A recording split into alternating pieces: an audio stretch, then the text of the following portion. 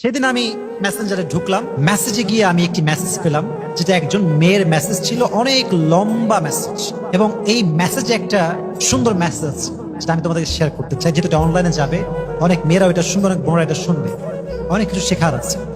একজন মেয়ে মেসেজ দিয়েছে যে, হুজুর, আমার বাবা অনেক বড়লোক মানুষ, অনেক রিচেস্ট, তো আমি অনেক বড়লোক পরিবারের একজন মেয়ে।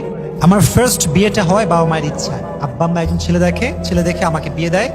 ছেলেটা অনেক ভালো, সেই হিসেবে আমাকে বিয়ে দেওয়া হয়েছে, এবং আমি জানি যে yes, he is a good person, তাকে বিয়ে করতে হবে আমার। আমি বিয়ে করেছি। কিন্তু হুজুর, আমি আপনাকে কি বলবো, সে মেসেজগুলো এভাবে লিখেছে।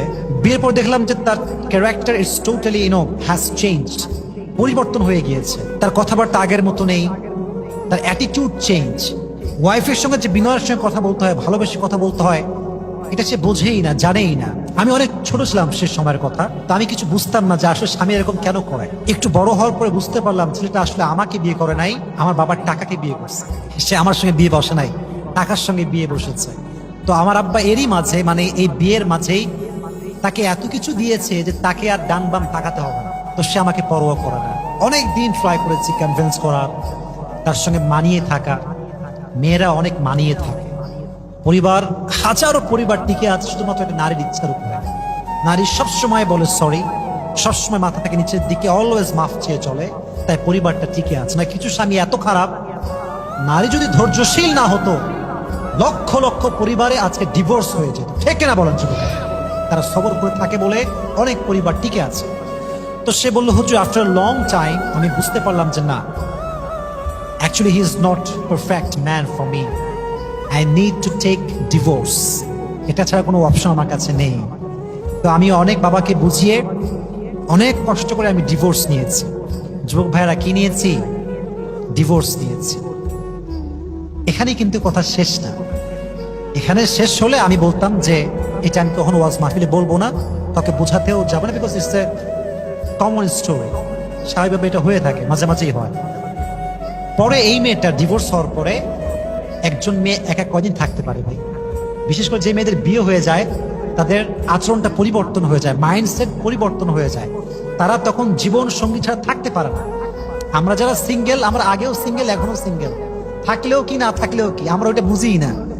যাদের কেউ হয়ে যায়, তারপরে ব্রেকআপ হয়, ডিভোর্স হয়ে যায়, তার একা থাকতে অনেক কষ্ট হয়। ঠিক কিনা বলেন? তো মেয়েটা বললো, মেসেজ লিখেছে আর কি, পরবর্তী সময়ে গিয়ে আমি আরেকজন যুবকের সঙ্গে রিলেশন করি, দ্যাট ওয়াজ হারাম রিলেশনশিপ। অনেক লম্বা সময়ের সম্পর্ক আমাদের, কিন্তু বিষয়টা হচ্ছে আমার আব্বা প্রস্তুত না তাকে বিয়ে দেওয়ার জন্য আমার সাথে। আমি আব্বাকে অনেক কনভিন্স করি যে আব্বা একটু রাজি হও, রাজি হও, রাজি হও। তো আব্বা আমাকে বারবার বলছিল, মা, অ্যাকচুয়ালি সেই ছেলেটা তোমাকে ভালোবাসে না, সে একটা মতলবে তোমাকে ভালোবেসেছে, তুমি বুঝতেছো না। কিন্তু আমি হুজুর বুঝি নাই। আমি আব্বা আম্মার বিরুদ্ধে গিয়ে কোর্টে গিয়ে বিয়ে করছি, আব্বা আম্মার এগেইনস্টে গিয়ে।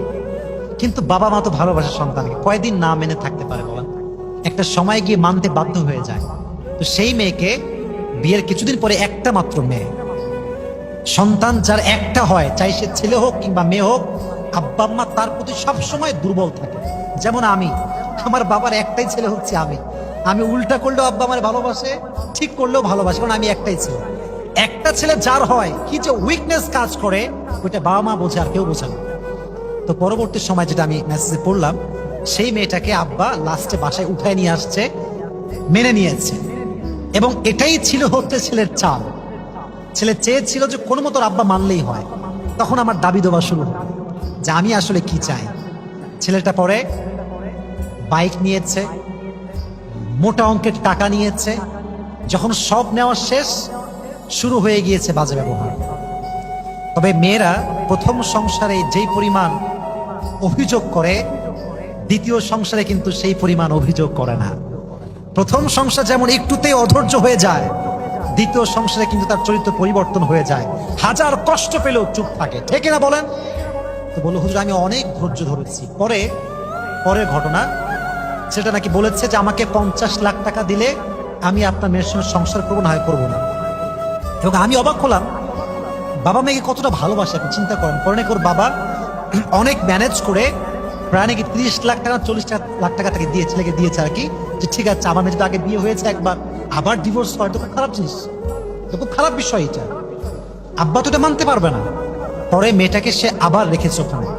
কিন্তু ছেলে তো ছেলেই, ছেলে যখন বেঈমান হয়, এত বেঈমান হয় ছেলেরা, এটা আমি কল্পনাও করতে পারবো না। যারা টাকার লোভী, এদের মতো জঘন্য পুরুষ দুনিয়াতে আর কেউ নাই, ঠিক এরা বলে। সবচেয়ে জঘন্য পুরুষ হচ্ছে এরা।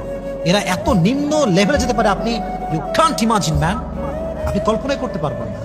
ইস, পরে ফাইনালি সে মেয়েটা লিখেছে অনেক লম্বা মেসেজ, আসলে অনেক ধৈর্য নিয়ে পড়েছি মেসেজটা, এত ধৈর্য নিয়ে কখনো মেসেজ পড়ি না। লাস্টে সে লিখেছে, হুজুর আমার এই সংসারটাও ভেঙে গেছে। তো আমি শুধু এতটুকুই ভাবলাম, আল্লাহ সবাইকে সব দিক থেকে সুখ দেয় না। হ্যাঁ, বাপ কোটিপতি কিন্তু মেয়ের ডিভোর্স হয়ে গিয়েছে 2 বার। বিশ্বাস রাখেন, আমাকে বিশ্বাস করেন, বর্তমান সমাজ হচ্ছে এমন, ডিভোর্স হয়ে গেলে কোনো মেয়েকে সমাজ আর মূল্যায়ন করতে চায় না, চাই সে ভালো হোক চাই সে খারাপ হোক, ঠিক কিনা বলেন যুবকেরা? সমাজটাই এরকম হয়ে গিয়েছে। পরে সেই মেয়েটা লিখেছে, হুজুর আমি দীর্ঘদিন যাবত প্রায় 1 থেকে 1.5 বছর বাসাতেই আছি, বাট আমি একা থাকতে পারি না। ওই যে আগে বলেছি, যা লাইফ পার্টনার হয়ে যায় পরে সে একা থাকতে পারে না।